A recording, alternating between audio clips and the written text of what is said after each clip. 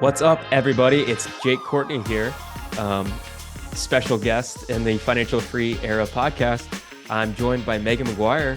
How you doing today, Megan? What's up, everybody? Jake is somebody who consistently, lovingly makes fun of my intro. So I told him he had to do it today. So we are very excited to chat on this podcast episode. But thanks for having me, Jake. That's You're what typically the guest would say. you're so welcome, and I do it in a nice way. I don't, point fingers at you when you say that. But I think it's hilarious. But no, today I'm really excited because we're going to be talking about something that has to do with someone that makes $100,000 a year and someone that makes $1 million a year, right? And we're going to call this one the delicate balance: living life today versus living life in the future, right? So really super excited about this because if I could like get any sort of thing tattooed financially related on me, it would be savings rate, and we're going to talk all about it Oh my today. gosh. That's pretty aggressive. Maybe we'll have some kind of bet one year. Like, if you do this, you've got to get this savings rate tattoo or something. Exactly, right? Yeah. Or So we could do it henna. It could be a henna tattoo. yeah, But and yeah, those are I'm the ones that excited for stay on for this. like a week, right? A week, or if they're like the good henna, they could stay on for like a month or two. Oh So boy. we're gonna get the good one.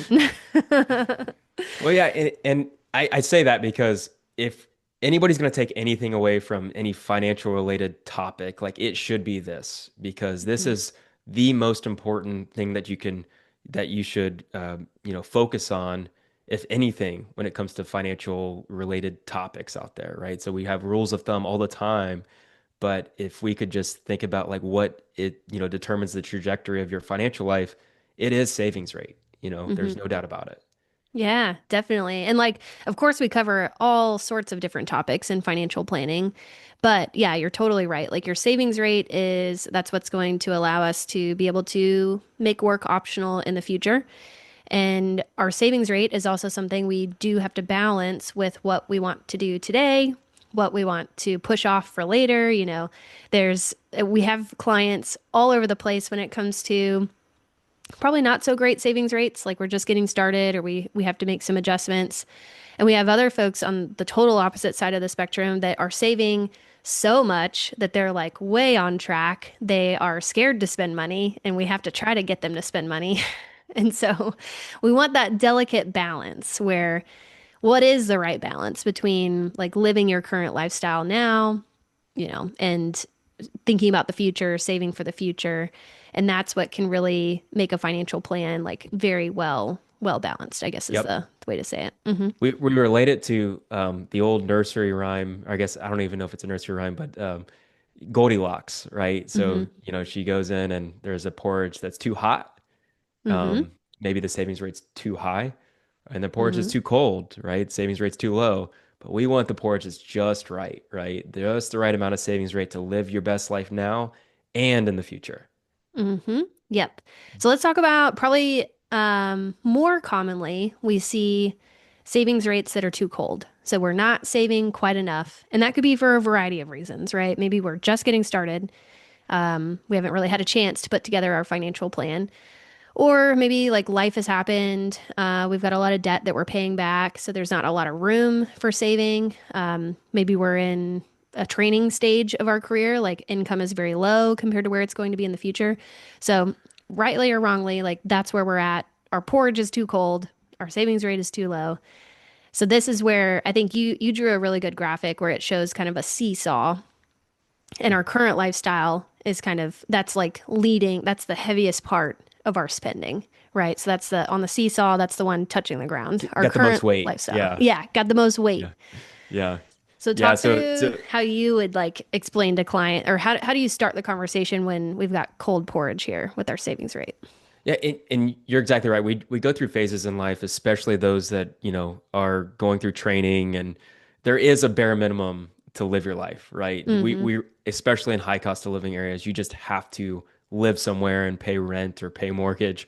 Um, you know, and so it's all about during that phase, recognizing that it might be difficult to maintain that high savings rate, but know that, you're training to make a lot of income in the future. And so just recognize that as long as you keep things as long as you focus on at least kind of keeping your head above water in terms of like, not going into any cash flow deficit or high interest credit card debt, those sorts of things as you go, move through that time. And then once you start making that income that you're projected to make, that's when it's all about maintaining that right balance of savings rate, right? So I do want to recognize that because it's Mm-hmm. easier said than done, obviously, if you're in residency and you're in a high cost of living area and you have to pay rent, right? So Mm-hmm. but for those that maintain a low savings rate going, in a kind of more stable environment with income, I mean, it's tough because if I could just describe this person would focus on making the best out of their current lifestyle, right? And not really regarding any future goals, right? So it's really easy to do this when you're in your 30s, because you're like, well, I don't even know that who that person is going to be in their Mm-hmm. 60s or 70s, right? Or maybe they've experienced some sort of early lifespan with parents or grandparents, and are like, why would I invest for retirement when, my grandparent and my grandfather or grandmother lived to 60, right, and didn't really see any of their Mm-hmm. retirement, right? So there's definitely some emotional or some, everybody has a money story when it comes to that. So, Yeah, but for yeah. sure. So it's difficult to offer that person recommendations without trying to say, hey, you need to spend less, right, and save more. But Mm-hmm. I think if we just kind of map out the trajectory, if you continue down that pace and talk about when you will officially be work optional, I think that kind of maybe, makes people wake up and realize, what the impact of this is longer term because they don't want Mm-hmm. to work forever. So Yeah. yeah, And it can be, so what's kind of good about this position is it is something that could be improved upon. I think all of us also have like areas in our budget or in our spending and our lifestyle that we could trim or cut that don't really serve us, but we're spending the money anyways, or whatever the situation is. This is something I tell folks to do on a regular basis. Like every year, you should probably be auditing your spending, right? And if you're using tools like Monarch Money, that's a great way to check, like, where is my money going on a month-to-month basis, on an annual basis, just for the awareness. But what's good about this situation is the smallest adjustment to your savings rate, like it doesn't have to be huge, but let's say we increase your savings rate is your graph is by like 5%. Is that right? Yeah, I think correct. that's what it Yep. is. So we'll put this graph up on the screen and in some notes, but the graph basically, if we're starting out at 5%, let's say we're just doing the match, right? That's kind of our cold porridge. We're doing just the bare minimum, 5%. If we increase that by another 5% to 10%, there's a big difference in the years that it makes work optional, right? Is that how you would explain that? It's crazy. It's an exponential difference, right? At the Yes. front end of this curve, going from 5 to 10% because you're doubling your Mm-hmm. savings versus going from 20 to 25 is going to be a huge difference, right? So Mm-hmm. that shaves off, and this is a very simple scenario. I'll kind of preface with that. This Mm-hmm. scenario is a $300,000, couple, gross income. 25% goes to taxes, so it's kind of 75% of that 300K is left to either spend or save, right? And so, going from a 5% savings rate to 10% savings rate shaves off 12 years of Yeah. your work optional That's timeline, massive. That is such right? a big difference for like 5%. Like if you look at the difference, if you do the math on your income on what the difference will be in your 401k, it's not that much. So are you doing the math now? Yeah, it's 15,000. So for this person to be $15,000 a year, right? Divided by 12, it's Mm-hmm. like 1250 a month, right? Yeah. Which what was the 5% rate for the year? If we're just doing 5%? Oh, I'm sorry. The increment is 15,000 for every 5%, right? Because that's Ah, 5% of gotcha. 300. Yeah. Gotcha. So, Okay.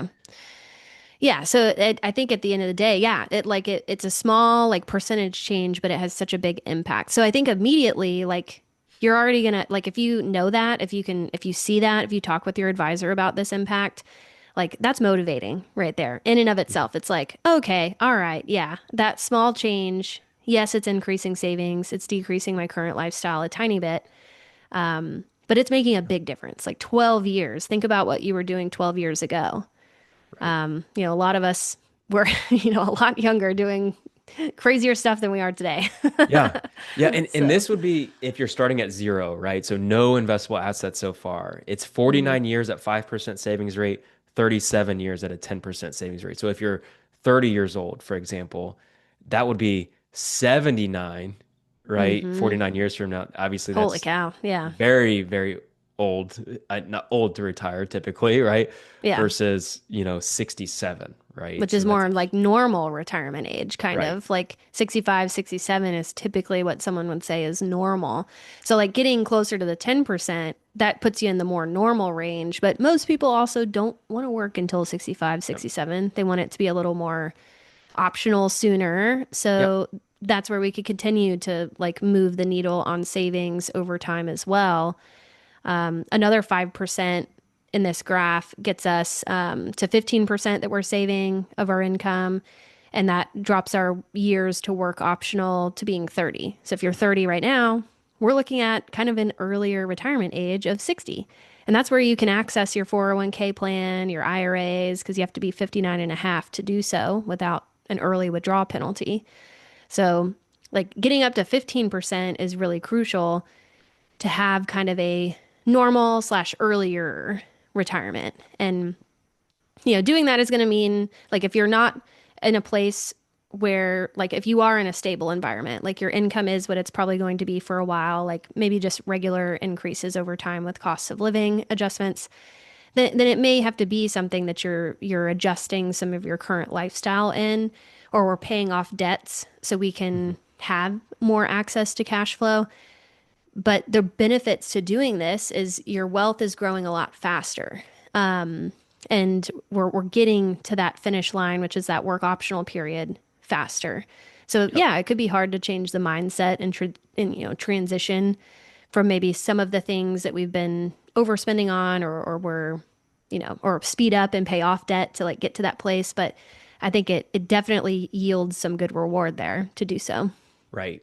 And by the way, just to kind of back up a little bit, when we talk about work optional, we're talking about when your net worth 4% of your net worth is basically what you spend in today's dollars, right? So when your net worth gets to a point, and this is like inflation adjusted, right? So let's say you spend $100,000 a year, and 30 years from now, it's going to be way more than 100,000. So whatever that amount is that you spend is 4% of your net worth, right? So we have a calculator that we use with clients that kind of takes the inflation out of it. And this is a 5% above inflation growth rate, right? So you get a return of 5% above inflation. So if inflation's 3%, you get 8% annualized returns, right, in your net worth. So, and that also includes paying extra on debt. So paying towards principal on the debt, right? So credit card debt, um, if you pay extra on principal there, then we consider that like a 25% rate of return on just that debt until it's paid off, right? Mm-hmm. So that's a big boost there. Mm-hmm. So Yep. So that's our too cold category, right? Do we want to talk about our too hot category for yeah, Miss Gretel? Is that her last this is name, what. Gretel? Yeah. It's been so long. I don't I know. know. I It just was know a the too hot, storybook too cold. somewhere. Yeah. Yeah. But no, it's interesting because, you would think that as financial planners, you'd be like, you need to save every dollar, that Mm-mm. comes in, right? And it's like, um, you know, it doesn't have to be like that because if that is the case and you've got a very, very high savings rate, you're a super saver. First of Mm-hmm. all, pat yourself on the back for saving that much of your income, Yeah. Being so um, disciplined. being Mm-hmm. so disciplined. But one problem that I see with this is that when somebody saves so much, they feel guilty if they retire early and they start spending what they've saved, right? So it's like they Mm-hmm. built up this huge nest egg at an early point, and it's really really hard to be okay with making that transition that I'm going to start withdrawing my assets instead of Mm-hmm. just really accumulating, right? Living off the money because it's almost like you're super heavy, right? Talking about that seesaw again, you're super heavy on future lifestyle. So your current lifestyle is taking an effect, and you're probably not taking vacations. You're probably not doing things that make you happy. And this is a generalization. Maybe you are. Maybe you are frugal and you're doing things that make you happy. So that's a great position to be in. But if you're not, if you're really just sacrificing, when it comes time to retire, you're totally right, Jake, with what you were saying. Like it's a hard transition because you're not going to know yourself anymore. You're not going to Yeah. know what makes you happy, what is fun for you to do on the weekends because you weren't spending time doing anything fun up until that point. Yeah. Um, Have you ever seen the movie Bucket List with yeah. um oh man, Jack Nicholson and Morgan Freeman, I think it Yes. is. I was gonna say I couldn't remember. I'm Yeah. horrible with like actor names, but yes. But yeah, they have like, they're on their kind of their deathbed and, they're trying to knock, get everything that's on their bucket list done before they Mm-hmm. pass, right?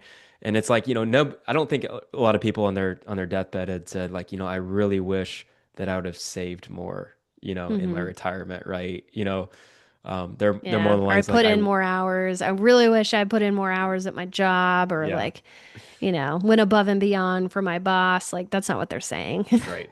They're saying, I So, wish I would have spent more time with my kids or, and mm-hmm. I read a crazy stat that, you spend, 90% of the time you spend with your kids will be like before the age of 18 or something like that. Mm-hmm. It's like, you don't want to regret not spending, time with that. And then oftentimes when people have such a low or such a high savings rate, everything's a trade-off, right? And the things Mm-hmm. you're trading off to be able to retire, to confidently say you can retire in your 40s, for example, or very early 40s if it's high enough, that the trade-off is, the things you're doing right now, right? Spending Mm-hmm. money on right now. So, Yeah. Yeah. So I think, yeah, like extreme frugality. Have you seen that show?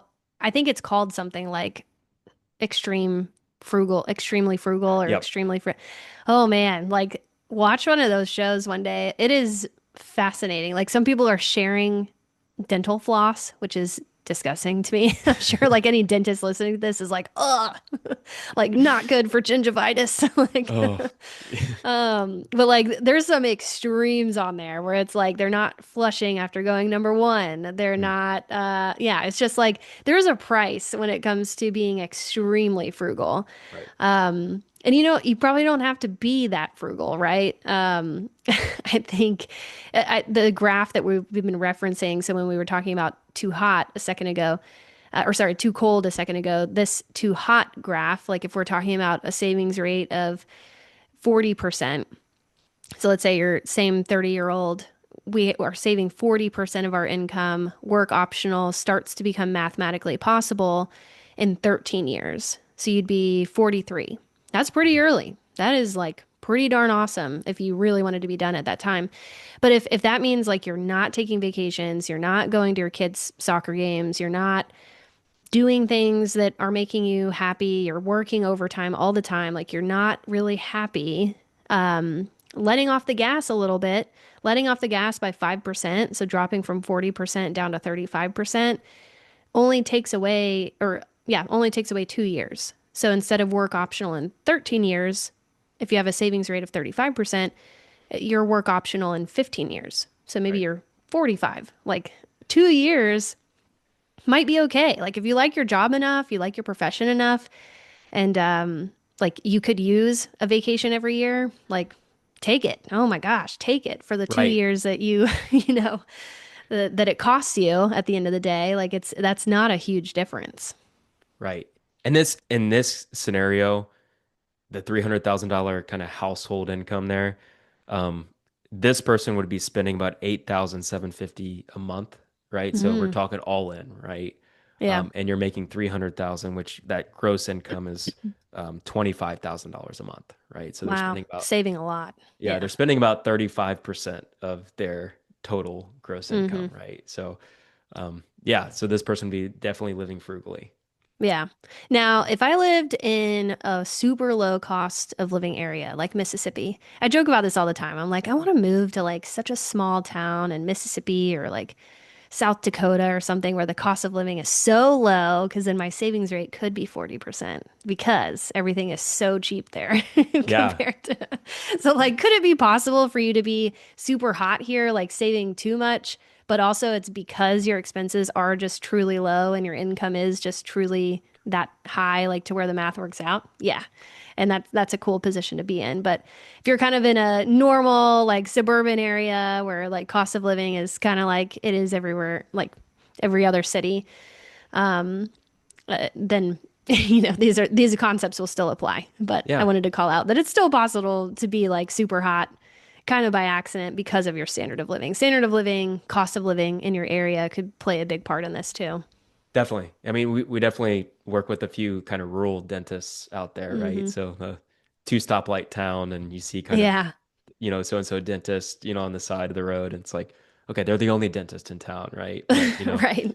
so, but then you also see like the houses there with a ton of land, right? Like a few Hmm. acres of land and, a big old house. And it's like, well, the cost to build that house was way cheaper than it would be in suburban, Atlanta, Yeah. so Yeah, but pros and cons to everything, right? I think I dream about super low cost of living area. I live in Georgia, so like cost of living here, and you live in Knoxville, so like we're not, our cost of living in our areas is not horrible. It's not like California or New York or anything. But when I do have those small like dreams of Mississippi or something, I also think about the trade-off because then you are in a small town. There's not a lot of people in that town, so there's probably not a lot of like activities that people are doing, like town activities, yeah. or there's not a lot of restaurants to try. Like that's something I really love. I love going to restaurants for my entertainment, Yep. trying new foods and stuff. So like, you know, it's not all about standard of living being the lowest it possibly can because there's Right. trade-offs to that too. Yeah, exactly, exactly. So I guess, one thing we're stressing is don't be on let's try not to be on the ends of the spectrum right here. Yeah. Like though let's not, be in the too hot or too cold situation. What is like the right balance, right? What is the just right? Because Hmm. most of our clients, and I listed the things of just like what I typically see clients balancing in their financial life. I listed retire early, the bigger house, right? So getting into a bigger space, daycare, vacations, children's activities, the new safe car that's bigger. Three-row seating is huge right now for most of my clients. Um, That's funny. their kids' education, right? So all of these things are like a balance, right? And we talk about like one way to measure like what is the right balance between the things that we're saving for, like the retire early, the children's education, and the things we Mhm. spend money on, like the bigger house, the child care, those things. Like, what is the right balance, right? And I guess Megan, if you could come up with the right balance number to focus on, what do you think that would be? Oh my gosh. I know it's a lot of Well, pressure. I do think it's different for everybody, right? Because I think some people like really love their job and they could see themselves doing their job happily for a while. And I think other people are like, nah, I'll be good at like Mhm. 50, 55. I'll be fine. I'll find plenty of stuff to do. So kind of depends. But I do think that right balance is retiring around when, or like having work be optional, be around like ideally when you want to like again have that option. Like that's kind of silly how I said that, but like it's up Yeah. to like when you want to be done. And then I think it also has to tie into like your lifestyle, like maybe your current lifestyle, you're prioritizing the vacations, the child activities, like those things that you were listing off.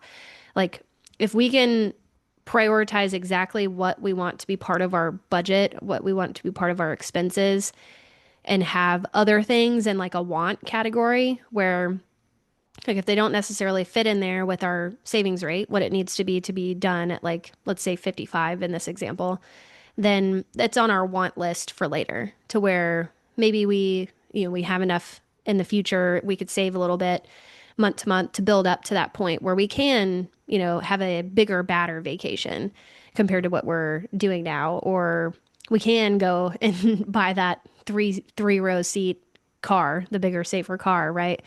So I think it comes down to the balance. That's not like the best answer, but it Yeah. really comes down to like every person. But what would you say?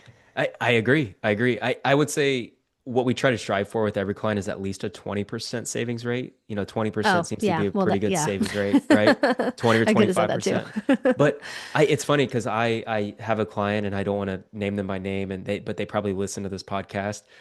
They found out they're pregnant not too long ago, and they maintain a very high savings rate. And I met with Hmm. them and they're like, you're on track right now to retire at 45, right? Wow. And Yeah. they're in their late 20s, I think even earlier than 45 is what it was. And I Hmm. was like, at this savings rate, if you maintain this, yeah, you'll retire at 43, 44, something like that. And then they like look at each other like, there is no shot I'm gonna stop working at 44, 45. Yeah.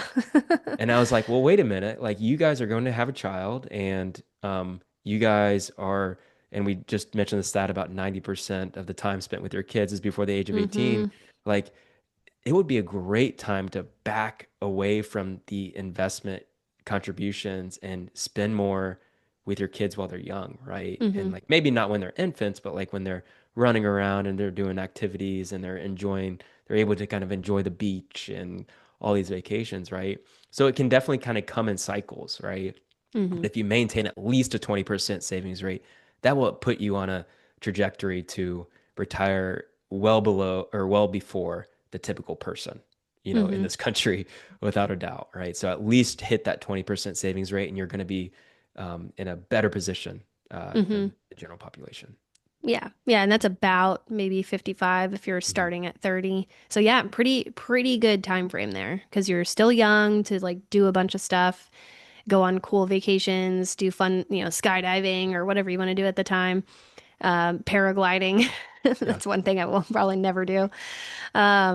But and you have the option too, like, hey, if you really love what you're doing at that point, you don't have to retire. And that's the whole point of like work optional. Like if you Yep. want to, you can, but you don't, if you don't, you don't have to. But it gives And you the option. Yeah. and for those, because we definitely have this crowd of folks that think that they can just, barely save, but then invest in super speculative investments too. Mm-hmm. I will tell you that the difference between a 20 and 25% savings rate is equivalent to outperforming that same investment rate of return by 3% annualized for the rest of your life, right? Mm. So like you would have to outperform the market by 3%, or you could save 5% more, Mm-hmm. so savings rate is more important than investment return because we know that outperforming the market by 3% every annualized Consistently. Yeah. consistently is just like people get paid millions of dollars to outperform it by 1%, Yeah. right? so Yeah. so it's very difficult to do. So you can't out return your savings rate. It's way more Yeah. important to maintain a high savings rate and versus a low savings rate and trying to outperform.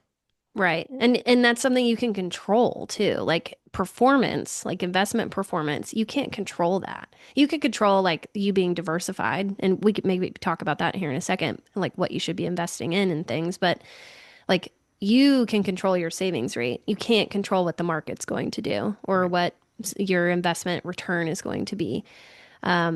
So I think, yeah, a lot of our approach when it comes to financial planning is controlling the controllables and making good, productive, proactive decisions on things we can control, and then having like safeguards and having protections against like the worst of what can happen, right? Right. Yep. So, yeah, and I think when we talk about saving and investing for long term, our stance is also keeping things simple. So we really love index funds, keeping things diversified, having participation in domestic markets, but also international. We like maybe opportunities of small cap funds. Like if we're looking at the different sector graphs. So I think keeping it simple is also helpful versus I did an episode a couple weeks ago about just messy portfolios, about how sometimes folks will have like hundreds of, individual positions, and that could be challenging to manage and challenging to rebalance over time when maybe index funds can be a lot easier to manage, which the easier it is to manage, the easier it is to, I think, see progress and not spend so much time on something that maybe you don't want to do. But A lot of our people that we work with, our clients, the hour of time that they spend is worth a lot of money in what they mm-hmm. do, right? And so you have to factor that in Yeah. when you're kind of trading options and things like that, and trying to manage that. It's there's definitely a cost of time component as well as the fact that you're likely going to underperform over the Mm-hmm. long run. So Yeah. So I think this was a good recap, though, of what I feel like almost all of our clients come to us with, and that's like trying to find that balance between today, YOLO, right? Living your best life today, but also thinking about the future. And we're not those planners that are going to say throw every dollar to savings, Mhm. but we're also going to give it to you straight and say, hey, we also have to be saving a little bit more to get on track for what you're wanting to do. Right. And think So, about the questions we get, like how much car can I afford is a question we get. Like I want to go mm-hmm, from the sedan to a three-row SUV, right? mm-hmm, And that is a savings rate question because every dollar you spend on that car loan takes away because there's the pie's only you get taxes, you get spending, and you get savings, right? The pie's only is 100%, and then mm-hmm, you pay your taxes, and then whatever's kind of left, you either spend or save. So it's literally you're taking dollars from savings the more that mm-hmm. you spend on that car, right? And so when you buy like the $80,000 Ford F-150, brand new super cab or three row, there's a lot of expensive cars out there, but Yeah. that will literally take years off of your work optional timeline, right? Mm-hmm. But that might be okay with you because you might love working, right? Yeah. So that's why you said everyone's different, right? But Mm-hmm. think about that trade-off before you go in and make that decision and justify it because you have two kids, you need three rows or Mm-hmm. three, you know. Yeah. Well, and you So can also like there's other areas of your budget that you can adjust. So like if you don't want it to affect your savings rate because you like where your savings rate is at now, you like what your work optional timeline looks like right now. Maybe it's, hey, I'm going to cancel this expensive gym membership, or maybe I'm going to do groceries a little differently, or I'm going to reduce how much I'm eating out, out at restaurants and things like that. So there's other trade-offs you can make versus reducing your savings rate. And that comes down to where's your money going? So how yep, do we, know where we are spending? And that's with tracking. So we're yep. not we're still not sponsored by Monarch. I wish we were, but we do Yeah. love it for the awareness. It's really great for the awareness of things. Yeah. Yeah, if anybody wants to just, you know, know their savings rate, obviously use a tool like Monarch that makes it easier to get that data, but just literally take everything that you've contributed to your investment accounts, to your high yield savings accounts, Hmm. that you're kind of building up towards goals, and take that number and divide it by your gross income that your household makes for the year. It's Yeah. very, very simple to understand. Also, extra debt payments, right? So Hmm. towards principal on those debt payments. Hmm. Yep. Yeah. Divide that against gross income. That'll help get you to that savings rate. And yeah, we'll put these wonderful graphics that Jake made somewhere where you could visually see them if you're listening. If you're watching on YouTube, we'll see it somewhere on the screen, you know. And I think that was all we wanted to chat about today. Is that right? Anything That's we right. missed? All right. Well, good. Well, I think this is a good conversation because it's not, I think it wasn't super granular, like getting into what you should and should not be doing necessarily, but more so like finding that right balance and then little ways that you can start to work towards that. And the small changes that you make, showing how big of an impact it can make. Like that could be so motivating to see like just increasing savings by 5% per year. Like that showing like the 12-year difference is massive. So like many people who are at that point where they're just contributing up to the match, for example, like seeing that increase, like that next step, if they were to just take that one step to 5%, up to 10%, like how big of a difference that makes. That's really motivating. One question before we leave, and I forgot to ask this earlier, when you're calculating the savings rate for a household, do you include your employer matches, like for your clients? I do. Mm-hmm. I do include it because that is adding to your net worth. Now, you got to be careful about employer matches because sometimes there's a vesting schedule, right? So you got to make Mm-hmm. sure that you're there long enough to have 100% of what the employer matches.